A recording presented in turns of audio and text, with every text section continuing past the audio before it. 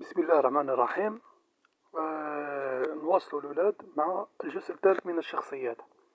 احنا بإذن الله درسنا شخصيات الحرب الباردة، الجزء الأول المعسكر الغربي، ثم الجزء الثاني المعسكر الشرقي، ثم الجزء الثالث مع شخصيات العالم الثالث أو حركة عدم الانحياز.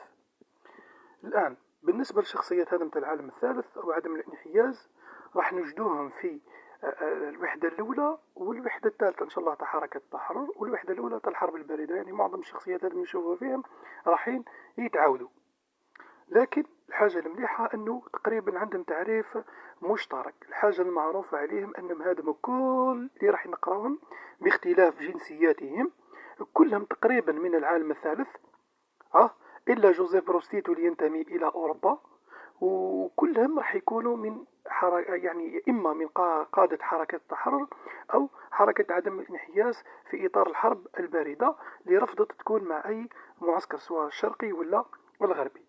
الآن عندي الشخصية الأولى اللي هي جوزيف بروس تيتو، وعندي اللي هو يوغوسلافي، جمال عبد الناصر اللي هو مصري، جواهر نهرو اللي هو هندي، أحمد سوكارنو اندونيسي، محمد علي جناح باكستاني، غاندي مهاتما غاندي هندي، فيدال كاسترو كوبي، هوشي منه فيتنامي، ومن الهند الصينية، وتشي جيفارا أرجنتيني، وجياب اللي هو يعني نقدر نقول هو أيضا فيتنامي. بالنسبة لهذه الشخصيات كل عندها تعريف مشترك، ما هو أنه مناضلين سياسيين من العالم الثالث كما قلنا. جواهر جوزيف بروستيتو أوروبي، يعني كلهم ساهموا في تحرر بلدانهم من الاستعمار ودعمهم للتحرر في العالم. يعني هذه الشخصيات يعني هم من عدم الانحياز وقادة الحركات التحررية، موجات حركة التحرر اللي ظهرت بعد نهاية الحرب العالمية الثانية. يعني هم ساندوا التحرر في العالم.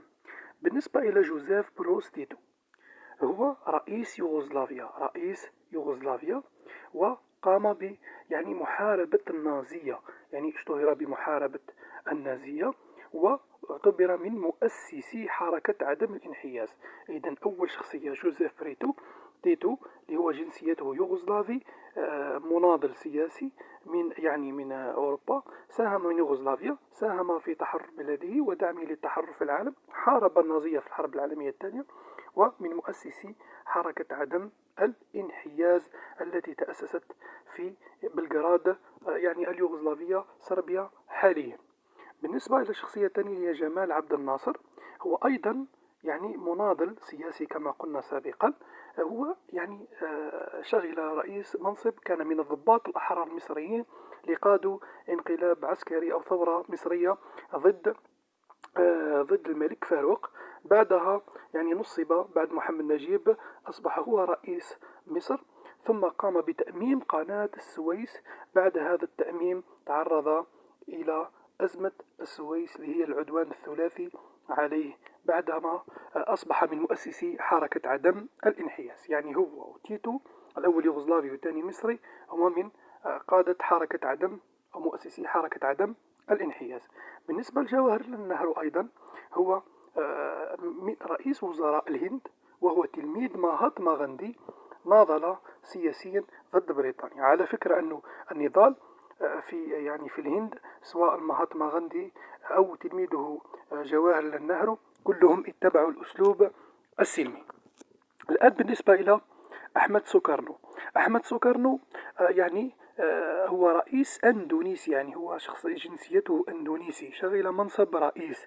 هو حارب الاستعمار تقريبا الهولندي، وترأس مؤتمر باندونغ. هذا مؤتمر باندونغ اللي هو تضامن أفرو آسيوي من 18 إلى 24 أفريل 1955، اللي هو النواة الأولى لظهور حركة عدم الانحياز.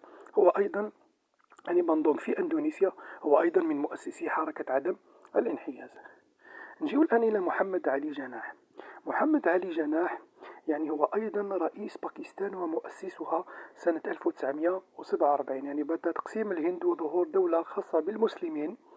وانقسامهم عن الهندوسيين ظهرت دولة باكستان. يعني هو كان من يعني قادة التحرر في تلك المنطقة، لكنه توفي بعد سنة فقط في 1948. لقبه الباكستانيون بالقائد الأعظم، القائد الأعظم.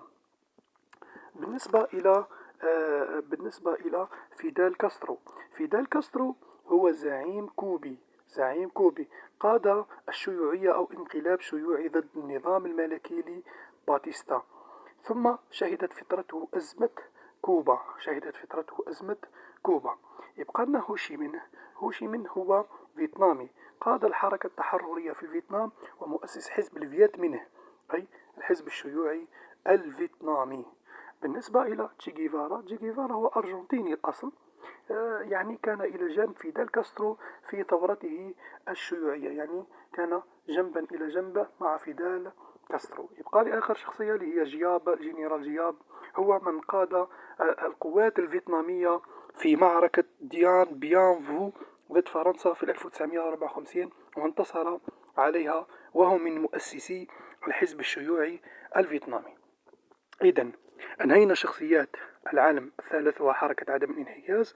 وش نقول على هذه الشخصيات؟ أنه تقريبا كلهم عندهم تعريف مشترك باختلاف جنسيتهم فقط. يعني يوغوسلافي، جمال عبد الناصر مصري، نهرو هندي، الغاندي هندي، هوشيمين وجياب فيتناميين، فيدال كاسترو كوبي، تشيغيفارا أرجنتيني وفي موجودة في كوبا، محمد علي جناح باكستاني، سوكارنو أندونيسيا، باستثناء جوزيف بروستيتو اللي كان في يوغوسلافيا يعني في أوروبا. كل هذه الجنسية يعني هذه الشخصيات كانت في يعني قامت بدعم حركات التحرر في العالم، وأيضا جزء كبير منها يعني عدد منها كبير كان من مؤسسي حركة عدم الانحياز لتبنات سياسة الحياد الإيجابي والرفض الميل لأي معسكر من المعسكرين، سواء الشرقي برئاسة الاتحاد السوفيتي أو المعسكر الغربي بزعامة الولايات المتحدة الأمريكية. ونكون بذلك إن شاء الله أنهينا شخصيات الوحدة الأولى وتقريبا شخصيات الوحدة الثالثة.